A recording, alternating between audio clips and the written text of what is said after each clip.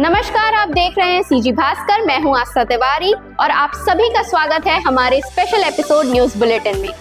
आज बिहार के चुनाव में भाजपा की जीत हुई है, यानी भाजपा की सरकार बनी है। इसी के साथ और क्या बड़ी खबरें हैं आज आपको बताते हैं इस बुलेटिन में, तो चलिए शुरू करते हैं। दुर्ग पुलिस को नशे के खिलाफ चल रहे ऑपरेशन विश्वास के तहत बड़ी सफलता मिली है। भिलाई नगर और कुम्हारी पुलिस की संयुक्त कार्रवाई में 5.5 किलो गांजा जब्त किया गया है।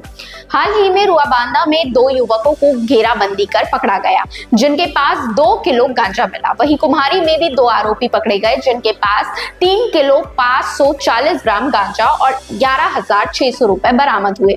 चारों आरोपियों के खिलाफ एनडीपीएस एक्ट की धारा 20(ख) के तहत मामला दर्ज कर उन्हें जेल भेज दिया गया है। पुलिस का कहना है नशे के नेटवर्क को खत्म करने तक ऑपरेशन विश्वास जारी रहेगा। छत्तीसगढ़ पहली बार देश के डीजीपी और आईजीपी का सबसे बड़ा सम्मेलन होस्ट करने जा रहा है। 28 से 30 नवंबर तक नवा रायपुर स्थित IIM में 60वां Akhil Bharatiya DGP IGP conference होगा। इस दौरान 3 दिन तक आंतरिक सुरक्षा, नक्सलवाद, आतंकवाद रोधी रणनीति, ड्रग्स कंट्रोल और साइबर सिक्योरिटी जैसे अहम मुद्दों पर मंथन होगा। इस बार फोकस खास तौर पर बस्तर मॉडल पर रहेगा। उद्घाटन सत्र में केंद्रीय गृह मंत्री अमित शाह और समापन सत्र में प्रधानमंत्री नरेंद्र मोदी मौजूद रहेंगे। यह पीएम मोदी का 1 महीने में छत्तीसगढ़ का दूसरा दौरा होगा। सम्मेलन के दौरान विधानसभा अध्यक्ष रमन सिंह का बंगला अस्थायी PMO में बदला जाएगा। कार्यक्रम में लगभग 500 शीर्ष अधिकारी, डीजी, पैरामिलिट्री चीफ शामिल होंगे। छत्तीसगढ़ में भाजपा सांसद भोजराज नाग ने एक बार फिर अधिकारियों को कड़ी चेतावनी दी है। धमतरी में प्रेस कॉन्फ्रेंस के दौरान सांसद ने कहा, जो अधिकारी जनता की शिकायतों पर फोन नहीं उठाएंगे, हम उनके लिए नींबू काटेंगे। अवैध उत्खनन पर उन्होंने साफ किया है कि जहां भी रेत खनन जैसे अवैध कारोबार मिलेंगे, सरकार सख्त कार्रवाई करेगी। उन्होंने अधिकारियों को चेताया है कि जनता की समस्याओं को नजरअंदाज करना बिल्कुल बर्दाश्त नहीं किया जाएगा। सांसद भोजराज नाग अपने तीखे तेवरों को लेकर पहले भी सुर्खियों में रह चुके हैं। साल भर पहले उन्होंने कहा था कि पुरानी मानसिकता वाले अधिकारी भूत उतारने की जरूरत ना पड़ने दे, और ठेकेदार से गाली गलौज का उनका वीडियो भी वायरल हो चुका है। उसी तरह इस बार फिर उनका बयान चर्चे में है। रायपुर में सुदखोर कहे जाने वाले वीरेंद्र तोमर को पुलिस ने जिला कोर्ट में पेश किया। कोर्ट के बाहर तोमर ने कहा, मैं अपराधी नहीं हूं, मुझे और मेरे परिवार को फंसाया जा रहा है। इस दौरान केंद्रीय जेल के बाहर समर्थकों ने जोरदार प्रदर्शन और नारेबाजी की। उधर क्षत्रिय कर्णी सेना के राष्ट्रीय अध्यक्ष डॉक्टर राज शेखावत ने पुलिस कार्रवाई का विरोध किया।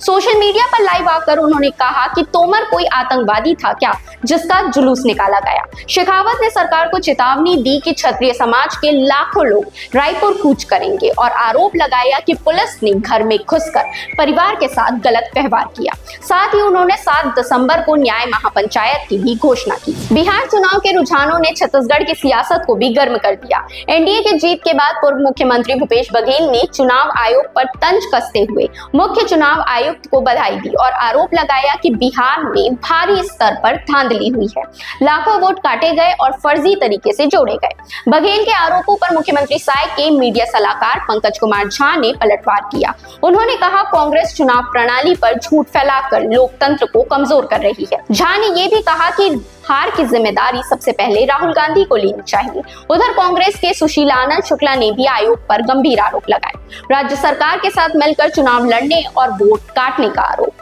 इधर एनडीए की जीत से छत्तीसगढ़ में भाजपा ने जश्न मनाया। मुख्यमंत्री विष्णुदेव साय ने मंत्रिमंडल के सदस्यों को मिठाई खिलाकर जीत की बधाई दी। बिहार में एनडीए की ऐतिहासिक जीत के बाद प्रधानमंत्री नरेंद्र मोदी आज शाम 6 बजे दिल्ली स्थित भाजपा मुख्यालय पहुंचे और विजय समारोह में शामिल हुए। 243 सीटों वाली विधानसभा में एनडीए को 202 सीटों का भारी बहुमत मिला, जो अब तक का रिकॉर्ड माना जा रहा है। महागठबंधन सिर्फ 34 सीटों पर सिमट गया। भाजपा और जेडीयू ने 101 सीटों पर चुनाव लड़ा था। रुझानों और नतीजों में भाजपा 91, जेडीयू 83, एलजेपी 19, एचएएम 5 और आरएलएम 4 सीटों पर विजय रही। एनडीए की जीत पर पीएम मोदी ने कहा, लोगों ने विकास के ट्रैक रिकॉर्ड और विजन पर भरोसा किया है। उन्होंने नीतीश कुमार, चिराग पासवान, जीतन राम मांझी और उपेंद्र कुशवाहा को जीत की बधाई दी। अमेरिका और पाकिस्तान के रिश्तों में बड़ा बदलाव देखने को मिल रहा है। राष्ट्रपति डोनाल्ड ट्रंप जो पहले पाकिस्तान को झूठ और धोखे वाला देश कहते थे, अब पाकिस्तान आर्मी चीफ आसिम मुनीर को अपना फेवरेट फील्ड मार्शल बता रहे हैं। जानकारी के मुताबिक पाकिस्तान ने यह बदलाव लाने के लिए वॉशिंगटन की लॉबिंग फर्म्स पर $5 मिलियन यानी करीब 42 करोड़ रुपए खर्च किए। पाकिस्तान ने भारत पाक संघर्ष रोकने का क्रेडिट ट्रंप को दिया और उन्हें नोबेल पीस प्राइज देने के लिए नॉमिनेट भी किया। इसी दौरान पाक आर्मी चीफ आसिम मुनीर की व्हाइट हाउस में ट्रंप से प्राइवेट मीटिंग कराई गई, जिसमें रेयर अर्थ मिनरल्स का ब्रीफ केस भी दिखाया गया। लॉबिंग के बाद बड़ा फायदा भी मिला।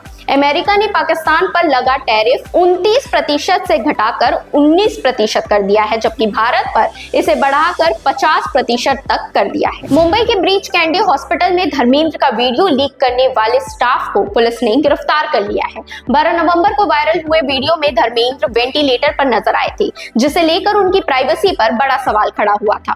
जांच में पता चला वीडियो हॉस्पिटल के ही एक कर्मचारी ने बनाया था। इस पर अमिताभ बच्चन ने भी सोशल मीडिया पर तीखी प्रतिक्रिया देते हुए लिखा, नो एथिक्स, कोई आचार नीति नहीं। वहीं धर्मेंद्र की हालत पर असंवेदनशील कवरेज को लेकर IFTDA ने शिकायत दर्ज कराई है। मधुर भंडारकर और करण जौहर सहित कई सेलिब्रिटीज ने मीडिया से परिवार की प्राइवेसी का सम्मान करने की अपील की है। फिलहाल अभी के लिए इतना ही। बाकी अपडेटेड रहने के लिए आप हमारे चैनल CG भास्कर को फॉलो और सब्सक्राइब जरूर कर लीजिए।